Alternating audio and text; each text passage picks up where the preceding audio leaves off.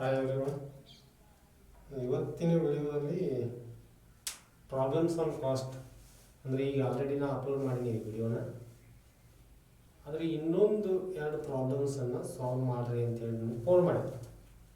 ಅಂದರೆ ಕಾಸ್ಟ್ ಸ್ವಲ್ಪ ಕನ್ಫ್ಯೂಷನ್ ಆಗೈತಿ ಅಂಥೇಳಿ ಹೇಳಿರುವಂಥದ್ದು. ಅದಕ್ಕೋಸ್ಕರ ಇನ್ನೆರಡು ಪ್ರಾಬ್ಲಮನ್ನು ನಿಮ್ಗೆ ಸಾಲ್ವ್ ಮಾಡಿ ವಿಡಿಯೋಸನ್ನು ಅಪ್ಲೋಡ್ ಮಾಡ್ತೀನಿ. ಈಗ ನೋಡ್ರಿ, ಇದ್ರದ್ದು ಕ್ಯಾಲ್ಕುಲೇಷನ್ ಮಾಡಬೇಕಾಗಿತ್ತಪ್ಪ ಅಂತಂದ್ರೆ, ಅಂದರೆ ಈ ಕಾಸ್ಟ್ ಮ್ಯಾಗ ಲೆಕ್ಕ ಸಾಲ್ವ್ ಮಾಡಬೇಕಾಗಿತ್ತು ಅಂತಂದ್ರೆ first we have to keep one thing in mind that ಯಾವ ಕಾಸ್ಟನ್ನು ಕೊಟ್ಟಾರ ನೋಡಬೇಕು. ಇಲ್ಲಿ TFC ಮತ್ತು TVC ಎರಡು ಕೊಟ್ಟಾರ. ಸಾಮಾನ್ಯವಾಗಿ TFC ಕೊಟ್ಟಿರ್ತಾರೆ.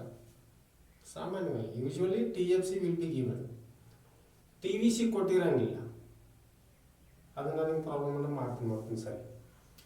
ಈಗ ಇಲ್ಲಿ 2 ಕಾಸ್ಟ್ಗಳನ್ನು ನಮಗೆ ಕೊಟ್ಟಾರೆ, TFC ಮತ್ತು TVC.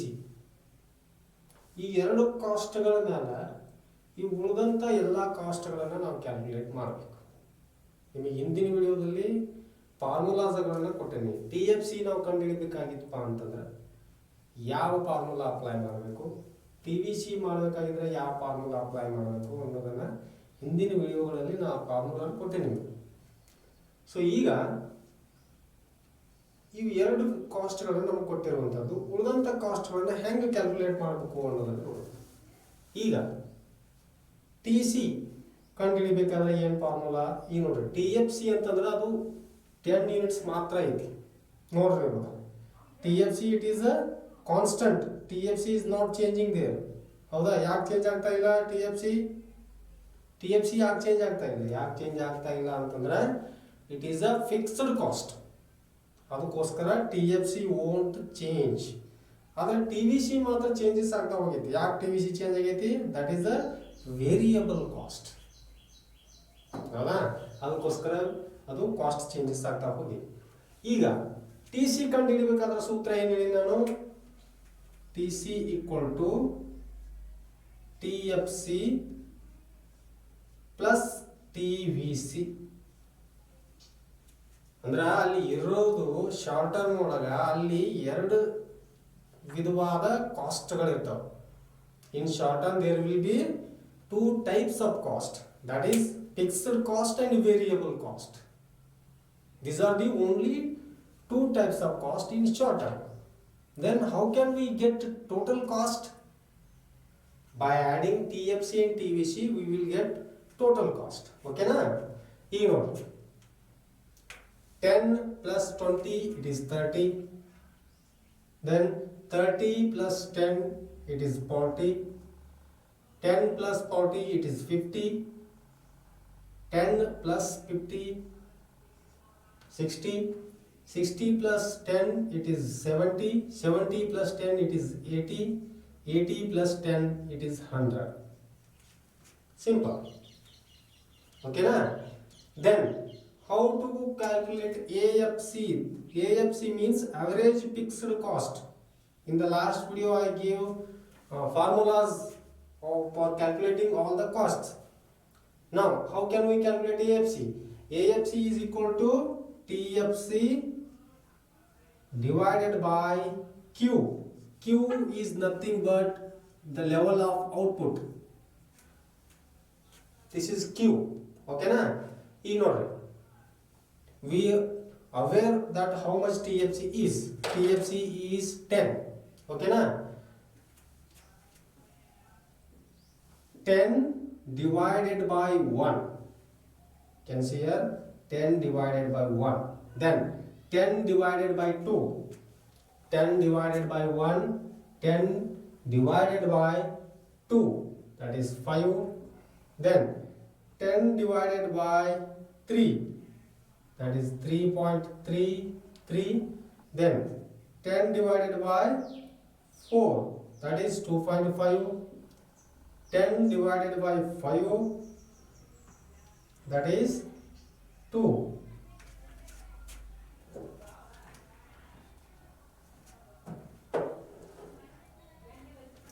10 divided by 5 it is 2. 10 divided by 6 that is 1.66. 10 divided by 7, that is 1.42.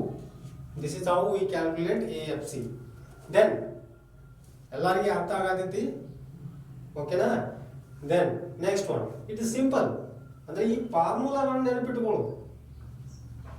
ಈ ಫಾರ್ಮುಲಾ ನೆನಪಿತ್ತಪ್ಪ ಅಂತಂದ್ರೆ you can easily calculate any cost.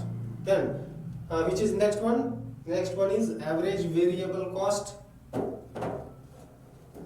Average variable cost, AVC, is equal to TVC divided by Q. We know TVC, okay na?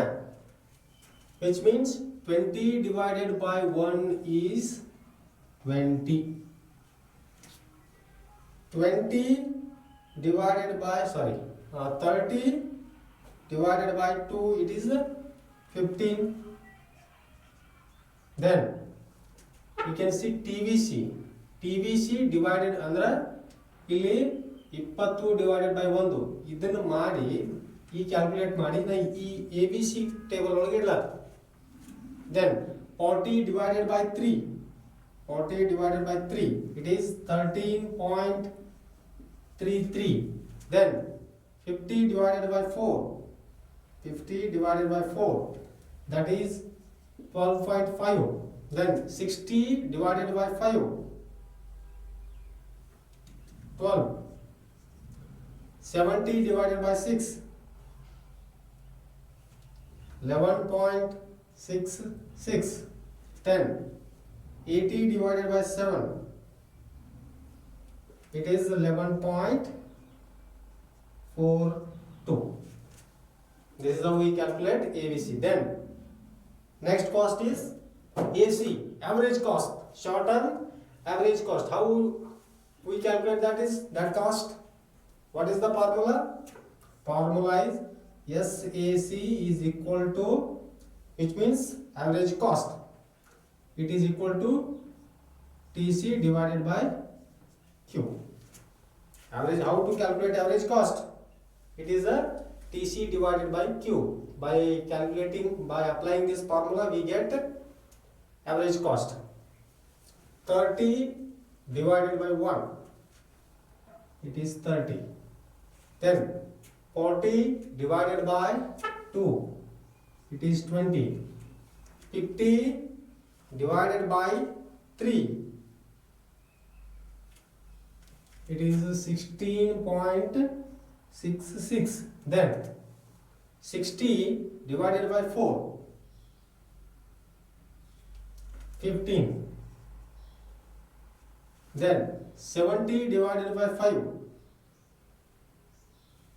it is 14. Then 80 divided by 6, 13.33. Then 100 divided by 7, 14.28. That is short-term average cost. Then last one, it is very simple, okay na?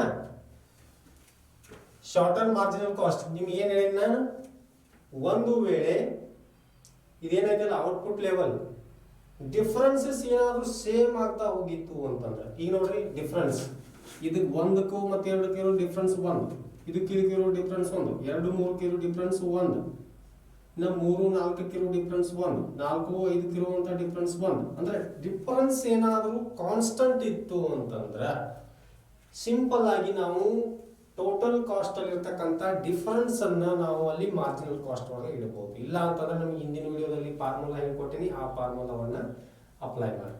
ಏನು ನೋಡ್ರಿ, ಫಸ್ಟಿಗೆ ನಾವು gap ಇಡಬೇಕು, ಫಸ್ಟಿಗೆ ನಾವು marginal cost calculate ಮಾಡ್ಲಿಕ್ಕೆ ಬರಂಗಿಲ್ಲ. ಈಗ ನೆಕ್ಸ್ಟ್ ನೋಡ್ರಿ, ಕೆಳಗಡೆ ಯೂನಿಟ್ ಇರ್ತಕ್ಕಂಥ ಅಂಕಿ ಮತ್ತು ಮೇಲ್ಗಡೆ ಇರ್ತಕ್ಕಂಥ ಅಂಕಿ ಒಳಗೆ ಮೈನಸ್ ಮಾಡಿ. ಈಗ ನೋಡಿ 40 minus 30, it is 10. 50 minus 40, it is also 10. 60 minus 50 is 10. Then 70 minus 60, it is also 10. 80 minus 70 is also 10. 100 minus 80, that is 20. Okay na? So this is how we calculate cost in short term cost. Okay na? So ಇದಕ್ಕೆ ಸಂಬಂಧಪಟ್ಟಂಗೆ I will solve another problem. ಇಲ್ಲಿ ಇದು simple ಆಗಿದೆ, ಭಾಳ confusion ಇಲ್ಲಿ ಮಾಡ್ಕೊಳ್ಳಂಗಿಲ್ಲ. It is very simple. ಓಕೆನಾ? ಇಲ್ಲಿ ಒಂದು ಮಿಸ್ಟೇಕ್ ಆಗಿತ್ತು ನೋಡ್ರಿ. 80 plus 10 it is not 100, it is 90. ನಮ್ಮ ಮುಂದಿನ ಈ ಕೆಳಗಿನ ಕಾಲಮ್ ಎಲ್ಲ ರಾಂಗ್ ಆಗ್ಯಾವ ನೋಡ್ರಿ. ಓಕೆನಾ? ಅದು ಸ್ವಲ್ಪ ರೆಕ್ಟಿಫೈ ಮಾಡ್ಕೊರಿ. 80 plus 10 is 90 ಆಗ್ಬೇಕದು, ಅದು 100 ಆಗೈತೆ ಮಿಸ್ ಆಗಿ. ಅಂದರೆ ಇಲ್ಲಿ ಏನಪ್ಪ ಅಂದ್ರೆ ನೀವು ಇದನ್ನ ಕ್ಯಾಲ್ಕುಲೇಟ್ ಮಾಡೋ ಟೈಮ್ ಒಳಗೆ ಭಾಳ ಕಾನ್ಸಂಟ್ರೇಟ್ ಮಾಡಬೇಕು. ಜರ ಏನಾದರೂ ಕಾನ್ಸಂಟ್ರೇಷನ್ ಲ್ಯಾಬ್ಸ್ ಆಯ್ತಪ್ಪ ಅಂತಂದ್ರೆ ಪ್ರಾಬ್ಲಮ್ಸ್ ಎಲ್ಲಾದರೂ ಒಂದು ಕಡೆ ನಮ್ಗೆ ಮಿಸ್ಟೇಕ್ ಆಗುತ್ತೆ. ಈಗ ನೋಡ್ರಿ, AFC ಕಂಡು ಹಿಡಿಬೇಕಾಗಿತ್ತಪ್ಪ ಅಂತಂದ್ರೆ ನಾವು ಯಾವ ಫಾರ್ಮುಲಾ ಹಾಕಿದೀವಿ? TFC ಹಾಕಿದೀವಿ. ಆಮೇಲೆ ABC, this is also right. ಈ ಶಾರ್ಟ್ ಟರ್ಮ್ ಅವರೇಜ್ ಕಾಸ್ಟು ಮತ್ತು ಮಾರ್ಜಿನಲ್ ಕಾಸ್ಟು ರಾಂಗ್ ಆಗಿತ್ತು ನೋಡ್ರಿ. ಅಂದರೆ ಇದು 10 ಆಗಬೇಕು. ಆಮೇಲೆ ಇದು 90 divided by 7 ಆಗಬೇಕು. 90 divided by 7.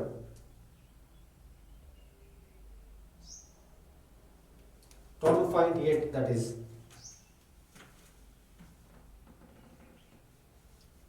It is 12.8.